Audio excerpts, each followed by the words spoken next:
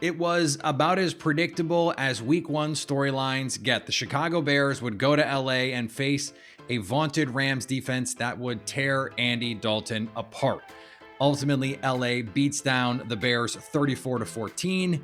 Andy Dalton struggles just to get to 200 yards passing, and the calls in Chicago are starting to get louder, as if they weren't already loud enough for Justin Fields to be in the starting lineup. Joining me now from Locked On Bears, Lorin Cox. And Lorin, I guess the question now is the same as it was a week ago.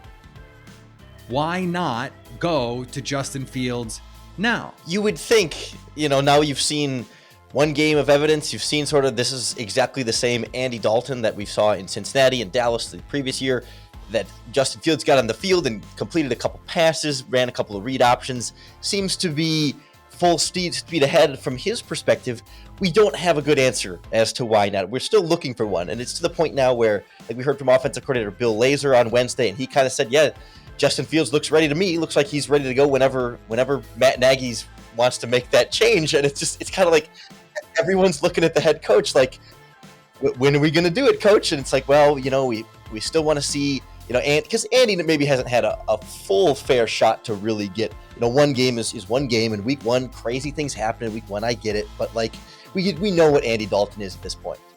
I think, okay, the Justin Fields thing we know is not going to, it's just not going to change. I mean, I think we have to, in the short run, accept it's not going to change. And the reasons are going to be because Matt Nagy says so for now. But defensively, this was supposed to be a very good team, and they changed defensive coordinators. It's Sean Desai, and you're supposed to be going back to the Vic Fangio schemes here, but they get lit up by the Rams. They give up two monster big plays in the passing game to Matt Stafford, which is an element that he was supposed to bring to LA, but that was not supposed to be how this Bears defense looked. How do they get that righted?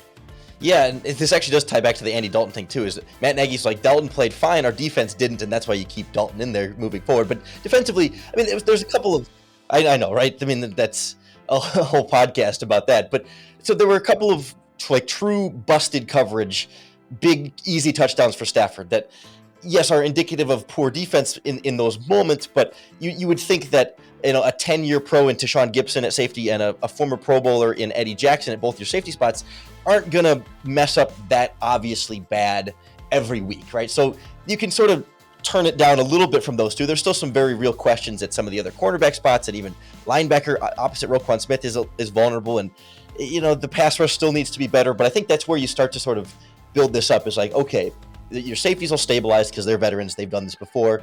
Your cornerbacks are young and inexperienced, and as they get more experience, presumably there's less that's going to surprise them, less that's going to be brand new to catch them off guard schematically. And then in theory, you'd like to think that the pass rush is going to kind of get into a rhythm here when you have Khalil Mack and Akeem Hicks and Eddie Goldman and Robert Quinn and all the amount of money they're pouring in that front seven. There needs to be production there. That's how it starts to come together piece by piece, but it's a lot of things all kind of going wrong at the same time, and that's how you get the results you do against the Rams. I know that nationally he is not a superstar player, but there was a season a few years ago when he looked like he was en route to superstardom, and that is Eddie Jackson. And over the last 2 years, really, he has been nowhere near the guy that we saw who was consistently an impact splash player. What do they need to do to get him going again? Because it seems like if they could, he's maybe the field tilter short that the Bears defense is right now that could get them back on track. Yeah, the expectation was that, Sean Desai would take over as defensive coordinator to run more of the Vic Fangio scheme. He's been a Fangio assistant in Chicago. He was here before Fangio, but has been the defensive backs coach from the very start. He's been working even specifically with the safeties. They had a separate cornerbacks coach. That is his position group. And so that's kind of been his big, I don't want to say his big project, but the big thing Bears fans were looking for is to say, you are the coach closest to Eddie Jackson, fix him. And yet against the Rams, there's like this, I don't want to call it his effort per se, but they give a big completion to Van Jefferson and no one touches him when he goes to the ground, and he gets up and runs into the end zone for a touchdown, would have been stopped 10, 15 yards short. And it's like, do you want to be out there? Do you want to be physical? Do you want to hit him? It was a strong contrast with Jalen Ramsey on the other side, just blowing up screens and really getting his nose in contact. And it just doesn't feel like Eddie Jackson has that same like energy and aggressiveness that he had in 2018. So I don't think it's as simple as, well, play more two deep coverages so Jackson can be a split field safety where he seems to be a little bit more comfortable. It seems like something else needs to light a little fire underneath him, or something sort of almost off the field, or that's not exactly X's and O's to get Eddie Jackson back to that high level.